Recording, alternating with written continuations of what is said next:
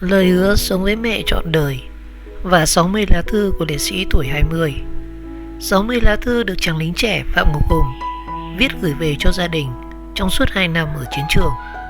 Hùng nhiều lần hứa rằng con sẽ trở về và sống với mẹ đến trọn đời, nhưng lời hứa này mãi không thực hiện được.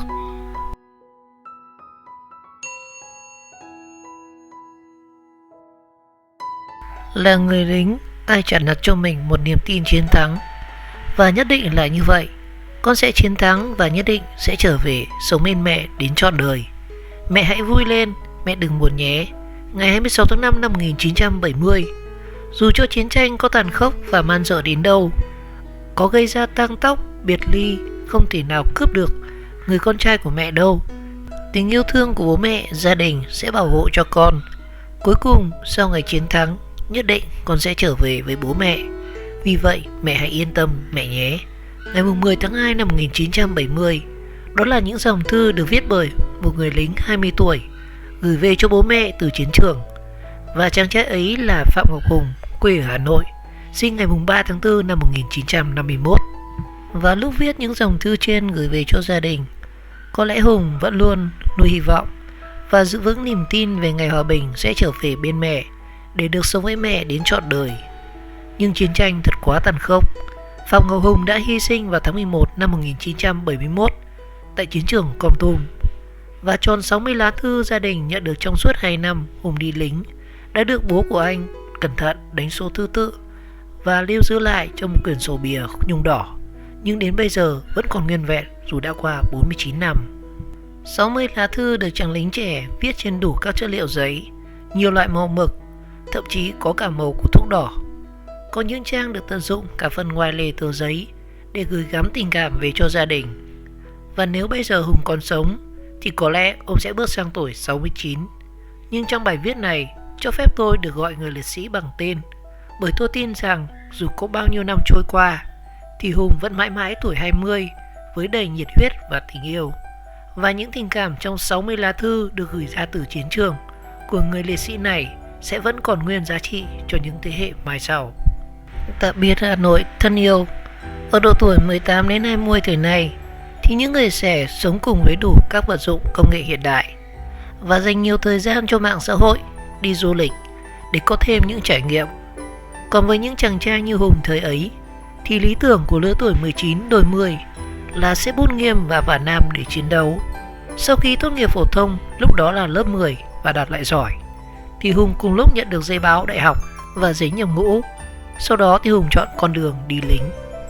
Sao con không đi học đại học hả Hùng? Mẹ của Hùng lúc ấy đã hỏi cậu. Chàng trai 18 tuổi lúc ấy trả lời mẹ rằng: mẹ hãy cất tấm giấy đại học này đi cho con. Chiến thắng trở về con sẽ học tiếp mẹ ạ. Con thích học chữ lắm, nhưng trai thời chiến thì con phải xếp bút nghiêng và lên đường đi chiến đấu thôi mẹ ơi. Và như vậy là ngày 4 tháng 9 năm 1969 thì Hùng tạm biệt gia đình, bạn bè, hàng xóm ở phố Trần Quốc Toản, quận Hoàn Kiếm, Hà Nội và lên đường đi nhập ngũ. Lá thư đầu tiên gia đình nhận được từ Hùng viết vào một buổi chiều trong ngày cậu lên đường. Như vậy là sáng nay, sau khi tạm biệt Hà Nội thân yêu, tạm biệt gia đình, chúng con đi về làng Đại Từ, Thanh Trì, Hà Nội. Lúc đi cũng tương đối vất vả, đường thì trơn như đổ mỡ mà mưa thì lại rất to, nhưng vẫn không sao cả. Đây chỉ là những khó khăn nhỏ nhặt bước đầu mà thôi. Lá thư ngắn gọn kèm dòng tái bút, chưa có địa chỉ của con đâu. Những lá thư đều đặn được Hùng gửi về cho bố mẹ và các em ở Hà Nội. Đó là những dòng cập nhật tình hình những ngày hành quân, đang ở một nơi nào đó, có địa chỉ hay chưa, dòng thông tin về những đồng đội ở cùng, và luôn luôn kèm những lời nhắn gửi cho bố mẹ, anh chị em ở nhà giữ gìn sức khỏe, nhớ viết thư và gửi ảnh kèm cho Hùng. Lạc quan giữa chiến trường. Ngày 20 tháng 9 năm 1969, mẹ ạ, từ hôm chiều Chủ nhật ở Hà Nội đi đến nay đã gần một tuần lễ rồi. Sáng thứ Hai bắt đầu cuộc hành quân rất gian khổ. Đầu tiên là đi từ Đại Từ đến Đồng Văn. Đây là cuộc đi đầu tiên của chúng con, vai vác nặng vô cùng, mà đường đi lại xa nên chân con rộp cả lên, mọng nước, vai thì đau ê ẩm. Phong cảnh ở đây thì rất đẹp.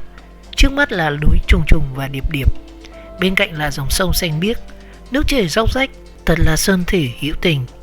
Nếu cứ ở Hà Nội mãi thì thật là tiếc, vì không thể ngắm phong cảnh ở đây.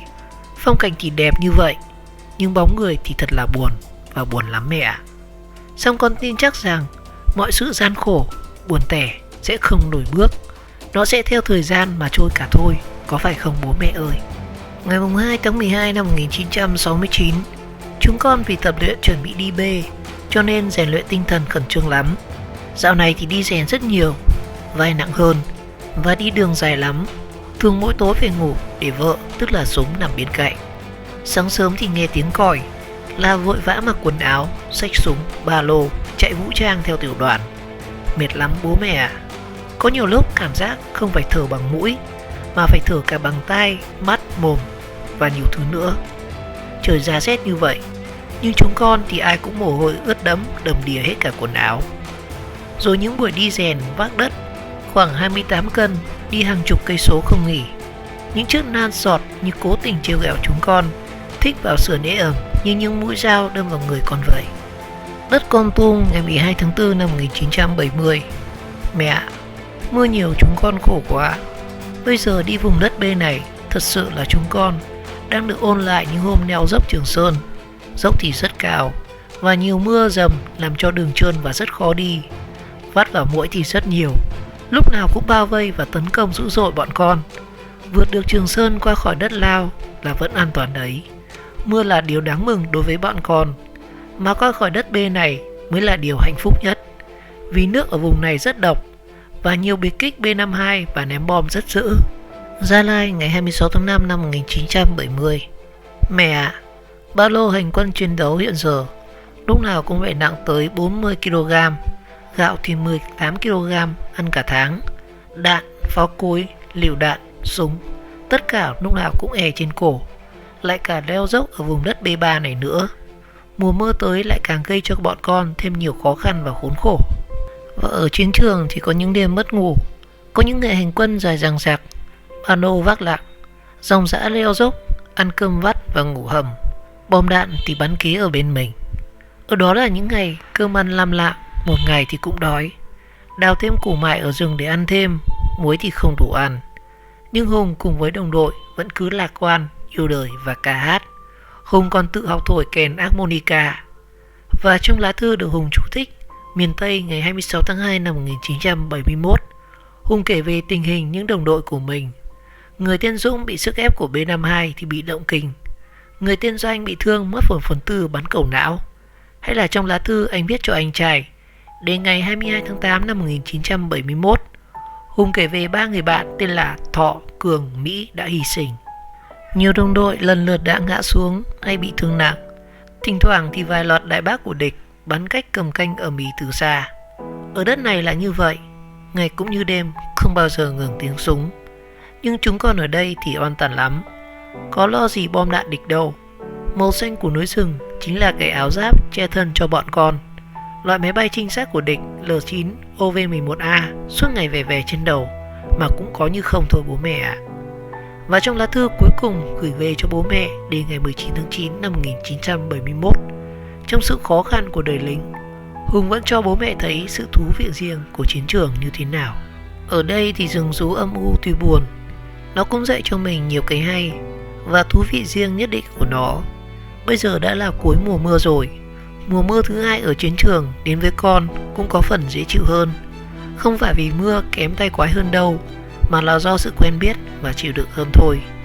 Chúng con bây giờ cả ngày chỉ cân 1,5 lạng gạo và ăn nộn thêm 8 lạng ngô do tự chúng con làm ra. Muối năm nay mùa mưa có đầy đủ hơn, nhưng không bị tình trạng ăn nhạc kéo dài hàng tháng như năm ngoái nữa. Tình yêu thương của mẹ cùng với những lời hứa dang dở. Xuyên suốt những dòng thư của Hùng chỉ có gia đình, có mẹ, anh chị em, bạn bè, đồng đội. Lá thư nào của Hùng cũng nhờ bố mẹ gửi lời thăm bà con hàng xóm, dặn bạn bè rảnh viết thư cho mình, và luôn nhờ cả nhà gửi thân nhiều ảnh chứ không cần gì cả. Và trong những dòng thư biên từ chiến trường, Hùng luôn tự đặt câu hỏi rằng có phải mẹ đang ở nhà lo lắng và khóc vì nhớ thương cậu nhiều lắm không? Rồi anh dặn dò người mẹ của mình hãy tin tưởng ở nơi con. Mẹ hãy vui lên, mẹ đừng buồn nhé. Mẹ hãy thật khỏe mạnh, đừng làm việc nhiều quá mà ảnh hưởng đến sức khỏe. Thậm chí Trong những lá thư viết vào ngày 3 tháng 4 năm 1970, là sinh nhật tuổi 19 của mình, thì Hùng còn sẵn sàng không lấy vợ mà chỉ nguyện sống với mẹ. Và trong 60 lá thư gửi về thì Hùng vẫn luôn nhắc đi nhắc lại là lời hứa sẽ trở về và sống với mẹ đến trọn đời. Sau này không lấy vợ cũng được, con chỉ sống bên mẹ đến trọn đời thôi. Mẹ hãy luôn vui khỏe và đợi con về mẹ nhé. Bây giờ xa mẹ thì con đang viết một quyển nhật ký tâm sự nỗi lòng của con với mẹ. Và trong những ngày hành quân gian khổ nhưng vinh quang, sau này trở về con sẽ xin tặng lại mẹ. Mẹ hãy yên tâm mẹ nhé. Và sau này con trở về, con cũng không cần mợ thưởng cái gì cho con cả, chỉ cần một chiếc hôn của mẹ với con là phần thưởng cao quý nhất rồi, còn gì mà bằng được hơn nữa. Và những lá thư viết cho anh chị và các em, Hùng cũng không quên tỉ nạnh với mọi người hạnh phúc hơn mình nhiều vì được ở gần với bố mẹ và nhắn gửi: đừng bao giờ để bố mẹ buồn phiền hay lo nghĩ gì cả nhé. Bố mẹ thì già yếu và vất vả nhiều lắm rồi, hãy để cho bố mẹ nghỉ ngơi và lúc nào cũng vui vẻ nhé. Thế nhưng trước tình hình ác liệt của chiến tranh, nhìn thấy những đồng đội của mình ngã xuống, dù có lạc quan đến như thế nào thì Hùng vẫn chuẩn bị tâm lý để có thể hy sinh. Giữa những dòng thư gửi về, Hùng vẫn canh cánh nỗi lo chia lìa và tranh thủ dặn dò bố mẹ đừng buồn nếu cậu có ra đi mãi mãi.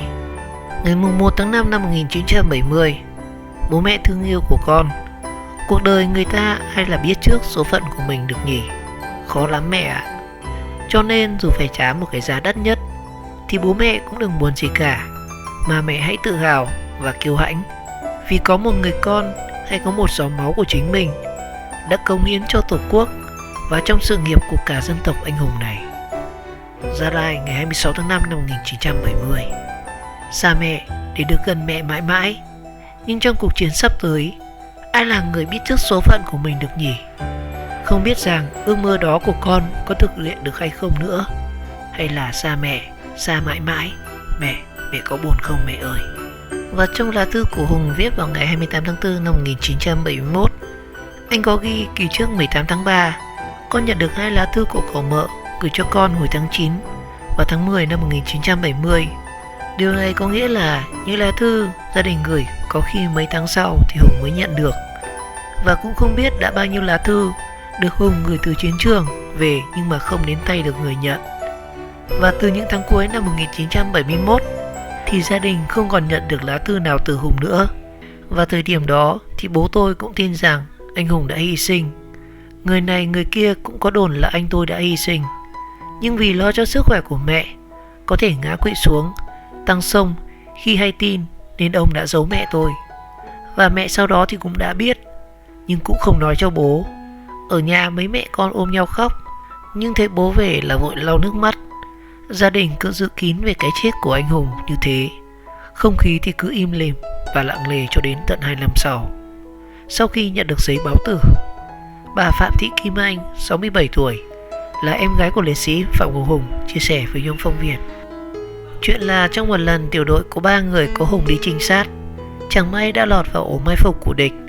Khi Hùng bị bắn trúng phổi, biết mình không thể qua khỏi, anh đã lôi quyển nhật ký viết cho mẹ để nhờ đồng đội tên là Cường đem về giao lại cho mẹ của mình. Nhưng tiếc thay, Cường sau đó cũng đã hy sinh trong một trận đánh khác. Và qua lời kể của một người bạn cùng đơn vị, giây phút trước khi nhắm mắt thì Hùng lôi từ ngực trái ra tấm hình của bố mẹ. Tấm ảnh có lần đã bị mất, Hùng vẫn dặn bố mẹ gửi lại cho tấm ảnh mới.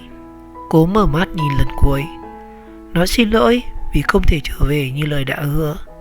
Tấm ảnh đó bây giờ thì vẫn còn lưu lại, thấm vết máu năm xưa của người lính trẻ. Và điều đặc biệt là có một lá thư được Hùng găm trong lọ penicillin, thả trôi theo dòng nước từ Kon Tum về xuôi, và chỉ mong có ai đó nhặt được gửi về cho gia đình.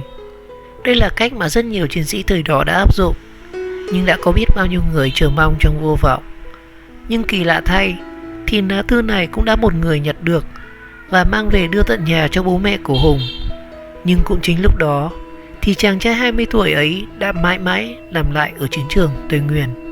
Và trong những lá thư gửi về thì Hùng luôn kỳ vọng vào những người anh em của mình rằng Kim Anh sẽ trở thành họa sĩ, Hiệp sẽ tập chăm ngoan không nghe lời bạn xấu, Yến sẽ làm bác sĩ. Chàng trai Phạm Ngọc Hùng đã ngã xuống, nhưng những lời nhắn gửi, yêu thương đong đầy của anh vẫn là động lực cho những người em. Và đến tận bây giờ thì Kim Anh, Hiệp và Yến ngày nào đều đã trở thành đúng như những gì Hùng đã mong mỏi.